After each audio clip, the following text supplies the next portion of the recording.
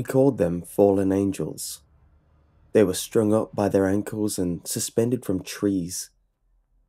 There was always barbed wire, wrapped all around the body, sliced the skin and ripped the tissue, and it was worse if they struggled.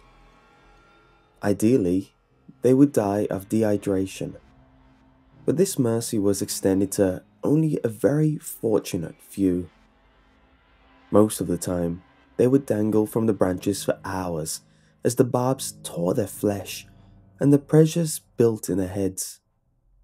When upright, the heart doesn't have to pump blood that hard to circulate through the brain. Gravity does most of the work to get it back down. Consequently, the blood vessels up there are smaller and thinner than in the rest of the body. I'd rather be hung, personally.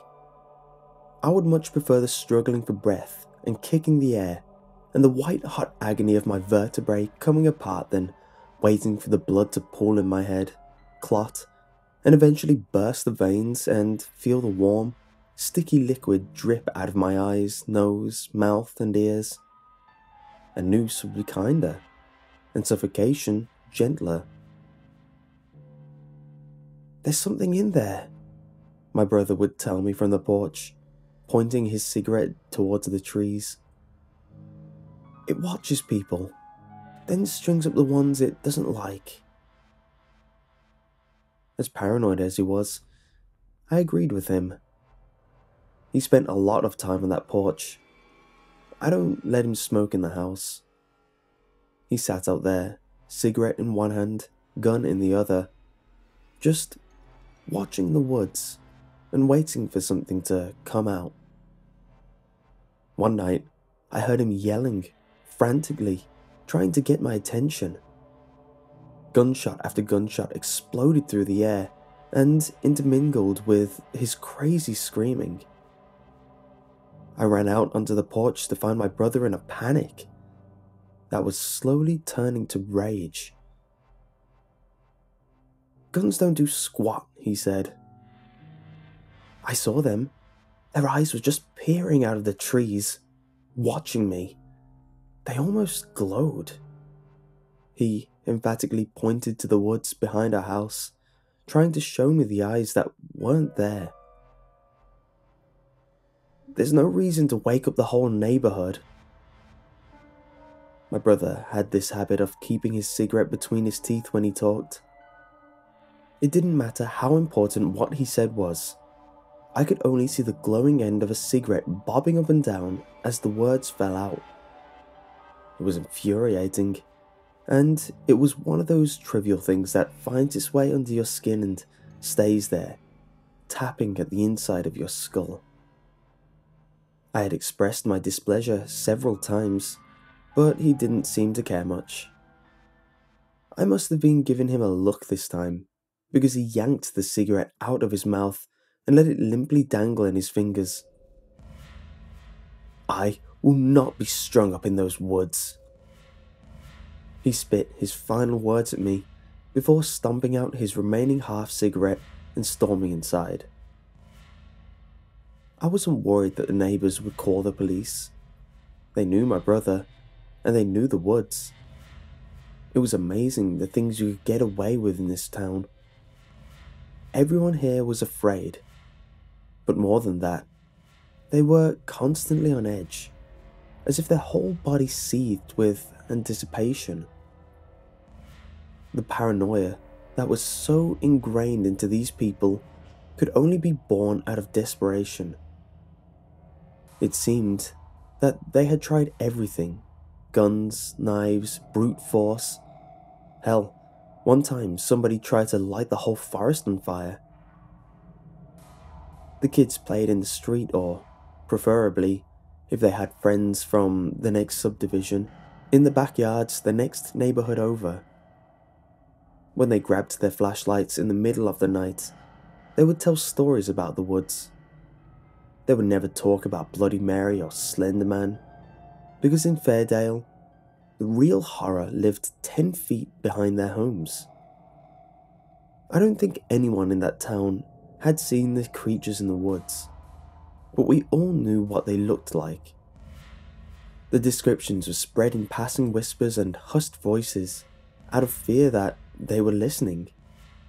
All the children spoke softly, but emphatically about their grey skin, 6-inch fingers and hollow, infinite sockets carved into their skulls. They seemed almost human, and maybe they once were. Once, that I can remember, a kid went into the forest. A bunch of others dared him to. They waited in the shadows between houses, hearts pounding even though they weren't the ones going in. In silence, they watched him glance back, hoping they would call the whole thing off, and reluctantly submerged himself into the trees. There was the snapping of twigs, and then, abruptly, stillness. The group did not take their eyes off the woods, yet they could see the fear among their friends. They waited for a minute, surprisingly, before cautiously taking a few steps backward, then turning and sprinting away. The boy was gone.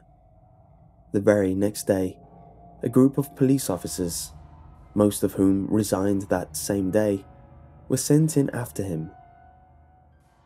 Let me tell you, he struggled. The wire tore through the skin of his abdomen, leaving his internal organs to spill out and hang from his body. After that day, no children went into the woods. They didn't even have to be told not to. After the paper ran the story, Fairdale lost its mind. Sure, bodies turned up every other week, but it was never a child. That kind of death was somehow more than murder. It was a disaster, a tragedy. I lived right on the edge of the woods, and that incident stuck with me. It somehow made the whole thing real. These things were here, right behind my house. My last night in Fairdale was hopefully the worst of my life. My brother was outside smoking and I was on the couch, mostly asleep. I'm not a very heavy sleeper, so I was glad when the small noises around me seemed to quiet down. But just as I was about to drift off, my brother fired that goddamn gun about 3,000 times, ran inside, and slammed the door behind him. His cigarette, still lit, clamped fiercely between his teeth. I shut up, dazed and unsure of what was happening. Hands trembling, my brother ran to all the doors and windows, making sure they were locked. What the hell, man? I rubbed my eyes, wishing I was asleep. He sat on the coffee table, inches away from me, voice raspy and frightened. I saw them. They came out. His eyes were crazed, as his mouth was running faster than his head. He inadvertently blew smoke from his lips with every rushed word and forced breath. I didn't even know you could see them. My mouth opened, but before I could speak, I heard something tapping on the sliding glass door. My jaw hung ajar, and my brother and I froze instinctively. It was too soft to be a knock, but too hard to be the wind. A moment later, it came again. They're coming to get me, my brother whispered. His eyes were wild, darting across the room as if he was afraid to leave them in one place for too long. They don't like me. You sure you saw them? My voice was barely audible. Somehow I knew that they could hear me anyway. I first saw them in the corner of my eye. Just one at first, but more came. Tap, tap, tap. Tall. My God, they were tall. Until they started moving. I thought they were trees. Their arms hang at their sides, and they're as gangly as branches. What gave them away was the skin. Looked just like ash. Tap, tap, tap. While the sounds did not increase in volume, they came to new places. I heard them still from the door, but now they were also at the windows, sides of the house, and almost disturbingly, the roof. They don't have faces. I mean, they've got eyes, but not really. They've just got these holes. My brother made circles with his pointer finger and thumb and held them over his own eyes. And the holes have this black stuff coming out of them, just dripping down their heads. I think they could have been human if they wanted to be. Tap, tap, tap. My palms were clammy, and I broke out in a cold sweat. I could picture their long, bony fingers rapping on the house, their nut eyes inches away from the window, waiting for us to draw back the curtain and meet their gaze. Until that moment, I didn't think I've ever been truly afraid. Tap, tap, tap. It echoed all around us. We knew we couldn't leave, and even if we called someone, what good would it do? I didn't think that anything could save us. Our only option was to wait and hope that we had not received a death sentence. Tap, tap, tap. I now could hear it coming from beneath the house. These things were everywhere. It scared me that they didn't just burst in, that they were waiting for something. And it scared me more that I didn't know what. I couldn't do anything but wait. This isn't how I wanted to die. My brother and I sat on the floor between the couch and coffee table and hoped it would end. "What do you think they are?" I asked. We had all heard the stories, but these creatures had no name. They simply existed. They were always there, and we did everything we could to leave them alone, to live without them. And for the most part, they let us. They took some people, I suppose, to make an example. It was a constant reminder of the fear, and maybe it kept this town in line. My brother's head was bowed, and his eyes would not meet mine. He lit his fourth cigarette of the night, taking a long drag and holding it deep in his lungs before releasing it.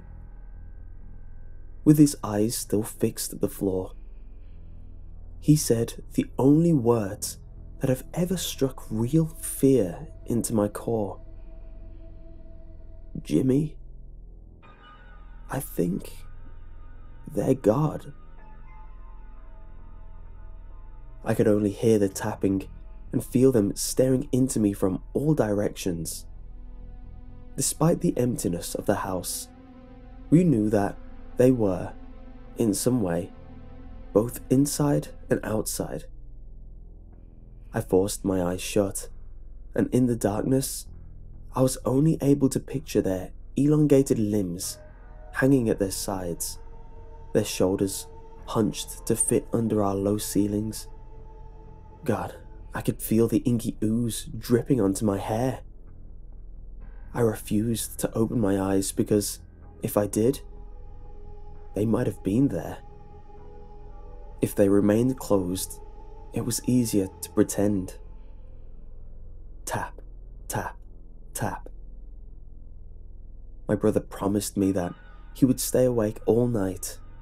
He swore. Grabbing a pillow from the couch, he handed it to me and insisted that I sleep.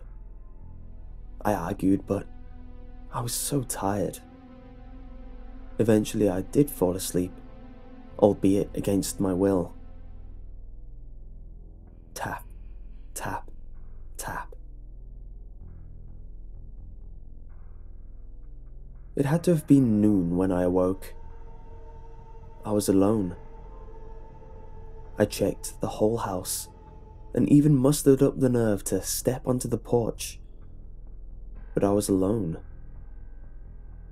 Dead or alive, I had to find my brother. I went into the woods. I think that was the biggest screw-up of my life. After a deep breath, I stepped into the tree line. The sun was high in the afternoon sky, but it was impossibly dark inside that forest, and even more unbelievably silent. I was the only thing that disturbed the stillness. I'll be honest here and say that I didn't have a plan. I had no idea where to look for my brother, and I didn't know how I would react if I found him in the branches. When I stopped in a small clearing to look around, the blurs at the corners of my vision began to move. I knew what it was. I froze, and I think that even my heart stopped beating. Maybe they wouldn't see me. Maybe they'd leave. Maybe I was losing my mind. They got closer to me, close enough to see. If they didn't move, they could be the trees. But if they did, they were something that shouldn't have been allowed to exist. I shut my eyes and ran blindly through the forest, running into trees and scraping my arms on low-hanging branches. Miraculously, I made it out. I didn't stop running until I threw myself in my car, sped down the highway, and checked into a motel. Though it took me an extra hour to fall asleep that night, I kept the TV turned up, just in case they came tapping. I never saw my brother or Fairdale again. I am no genius, but I knew when to get the hell out of that town. I moved to a new state, this time making sure I lived in the city, away from the woods. Even though years and miles have passed since that night, every so often, I hear the tapping again. With the knowledge that I can never escape my hometown, I am left with nothing else to do but wait until it's my turn. And I hope I dehydrate.